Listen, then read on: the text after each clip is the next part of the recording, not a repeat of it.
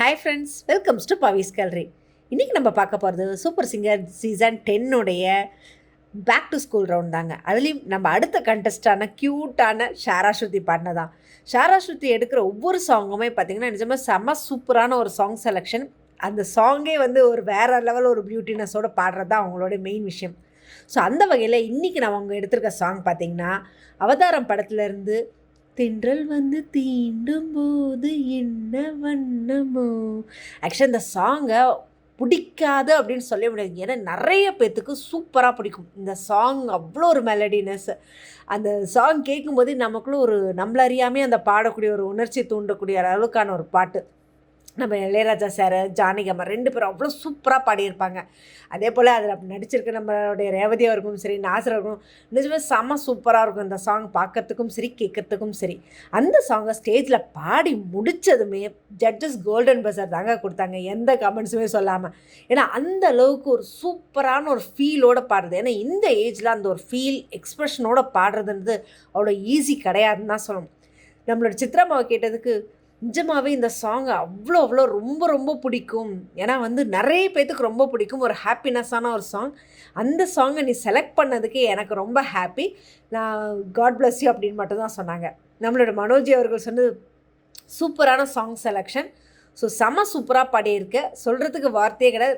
ஆர்கெஸ்ட்ராலேருந்து கூட மியூசிஷியன்ஸ் எல்லாருமே சூப்பராக சப்போர்ட் பண்ணாங்க நான் உனக்கு பாடுறதுக்கு. ஸோ சூப்பராக இருக்குது அப்படின்னாங்க. நம்மளோட இமான் சார் இருந்துட்டு செம சூப்பரான ஒரு கமெண்ட்ங்க. ஆக்சுவலாக இந்த சாங்கை சூப்பராக பாடியிருக்க, செம சாங் செலெக்ஷன்.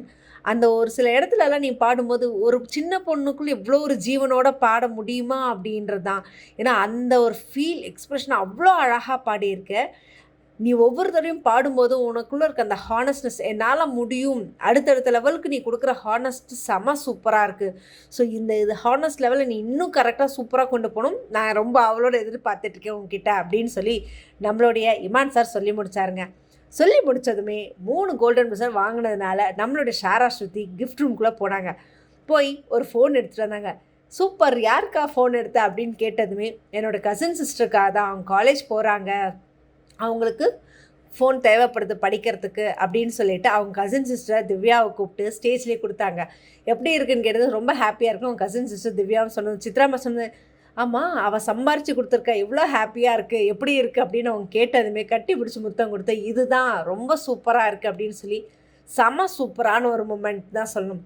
நமக்காக ஒரு விஷயத்த சாதித்து நம்ம செஞ்சதை மற்றவங்க கூட ஷேர் பண்ணும்போது கிடைக்கிற ஹாப்பினஸ், அந்த ஒரு ரிலேஷன்ஷிப் நிஜமாகவே வேறு லெவல் தாங்க. நிஜமாகவே இந்த சாங்கும் சரி, வாங்கின கிஃப்ட்டும் சரி, அதை ஷேர் பண்ணிக்கிட்டதும் சரி, ஷாரா ஸ்ருதி செம சூப்பராக பண்ணியிருக்காங்கன்னு தான் சொல்லுங்க.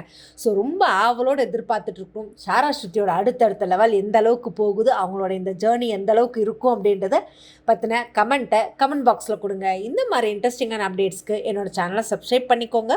பக்கத்தில் இருக்க பெல் ஐக்கானும் கிளிக் பண்ணிக்கோங்க, நோட்டிஃபிகேஷன் மிஸ் பண்ணாமல் இருக்கிறதுக்கு.